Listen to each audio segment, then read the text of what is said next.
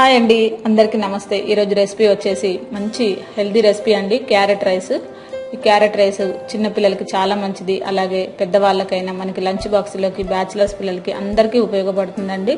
ఇంట్లో ఉండుబాటుతోనే నేను ఎలా తయారు చేసుకోవాలో నేను ఇప్పుడు చూపిస్తున్నాను. ముందుగా మీరు క్యారెట్ని తురిమి వేసి పెట్టుకోండి.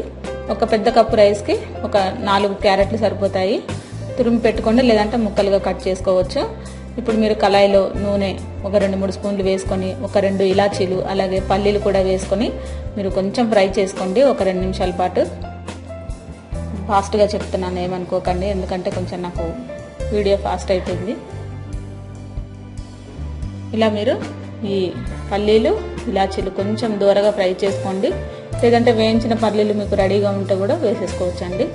అలాగే జీడిపప్పులు ఒక 7-8 వేసుకోండి. అలాగే కొంచెం కరివేపాకు కూడా దీంట్లోనే వేసేసుకోండి. ఇవన్నీ కూడా కొంచెం ఫ్రై అవ్వాలి ఒక 2 నిమిషాల పాటు. ఒక 2 నిమిషాలు ఇది ఫ్రై అయిన తర్వాత ఒక 2 చిన్న ఉల్లిపాయలు మనం కట్ చేసి వేసుకున్నాం. మీడియం సైజ్ అయితే ఒకటి పడుతుందండి. మీరు ఒక 2 ఉల్లిపాయలని ఇలా సన్నగా కట్ చేసి కొంచెం ఫ్రై చేసుకోండి.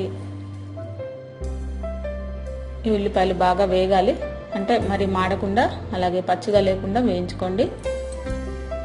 ఇలా వేగిన తర్వాత దీంట్లో కొంచెం అల్లం వెల్లుల్లి పేస్ట్ వేసుకోండి. అల్లం వెల్లుల్లి పేస్ట్ మనకి పచ్చివాసన పోయేదాకా ఫ్రై చేసుకోవాలండి. ఇలా కొంచెం ఫ్రై అయిన తర్వాత దీంట్లో మనం తురిమి పెట్టుకున్న క్యారెట్ని వేసేసుకోవాలి. మీరు కావాలంటే ముక్కలు కూడా వేసుకోవచ్చండి. ముక్కలు వేస్తే ఏంటంటే పిల్లలు కంపల్సరిగా ఏరి పారేస్తారు. అలా కాకుండా తురిమి వేసేస్తే అన్నంలో కలిసిపోతుంది. అప్పుడు ఎన్నని తీయరు కదా, ఇలాగే తినేస్తారనమాట పిల్లలు. అందువల్ల మీరు తురిమేసి వేసేసుకోండి. దీంట్లో ఇలా క్యారెట్ తురిమి వేసుకుంటే కూడా మనకి అన్నంలో బాగా కలుస్తుందండి. సపరేట్ టేస్ట్ అన్నది ఏమి ఉండదు. అలా అయినా బాగానే ఉంటుంది, ఇలాగైనా బాగానే ఉంటుంది. ముక్కలు వేసుకున్నా కొంచెం ఉప్పు వేసి మూత పెట్టి ఒక 10 నిమిషాల పాటు లో ఫ్లేమ్లో అలా ఉంచేయండి. ఈ క్యారెట్ తురుమంతా కూడా పచ్చివాసన కంప్లీట్గా పోతుందన్నమాట. ఇలా పచ్చివాసన అంతా కంప్లీట్గా పోయిన తర్వాత దీంట్లో మీరు కొద్దిగా కారం వేసేసుకోండి. పచ్చిమిర్చి వేయలేదు కాబట్టి కారం వేసుకోవచ్చు.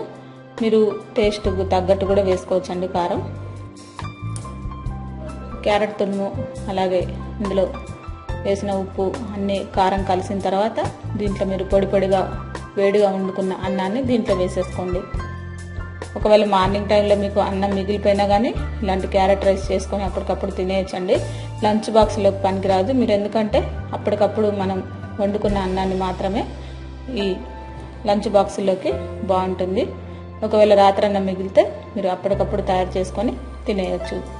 ఓకేనా ఫ్రెండ్స్, ఈ విధంగా ఈ క్యారెట్ తురుము అంతా కూడా దీంట్లో వేసిన తర్వాత ఇవన్నీ బాగా కలిసేలాగా కలుపుకోండి.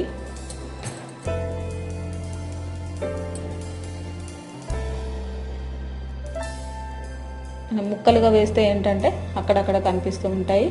ఇలా తురిమి వేసాం కాబట్టి మనకు అన్నంలో కంప్లీట్గా కలిసిపోతుంది. అలాగే రుచి కూడా బాగుంటుందండి. ఇలా వేసిన తర్వాత చివర్లో కొంచెం కొత్తిమీర వేసేసుకోండి. చూసారు కదా, ఈ విధంగా వేసిన తర్వాత మీరు ఒక కట్ట కొత్తిమీర వేసుకోండి. అలాగే మీరు మరొకసారి కలపండి.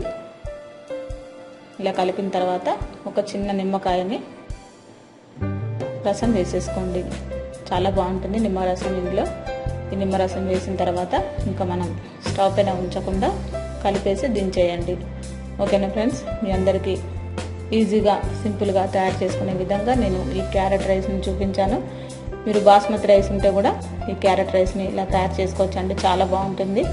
ఓకేనా ఫ్రెండ్స్, మీ అందరూ కూడా చక్కగా ఇలాంటి రైస్ని ట్రై చేయండి. హెల్త్ కూడా చాలా మంచిది. క్యారెట్ రోజు ఏదో ఒక రూపాన జ్యూస్ కానీ, లేదంటే క్యారెట్ రైస్ కానీ, క్యారెట్ పచ్చడి కానీ ఇలాంటివి తయారు చేసుకొని తింటే చాలా మంచిది హెల్త్కి. ఓకేనా ఫ్రెండ్స్, మీ అందరికీ ఈ క్యారెట్ రైస్ నచ్చే ఉంటుంది అనుకుంటున్నాను. ఆ రెసిపీ మీకు నచ్చినట్లయితే తప్పకుండా లైక్ చేయండి, షేర్ చేయండి, సబ్స్క్రైబ్ చేయండి, మంచి కామెంట్ కూడా చేయండి ఫ్రెండ్స్. ఓకేనా ఫ్రెండ్స్, అందరికీ వెరీ థ్యాంక్ యూ అండి.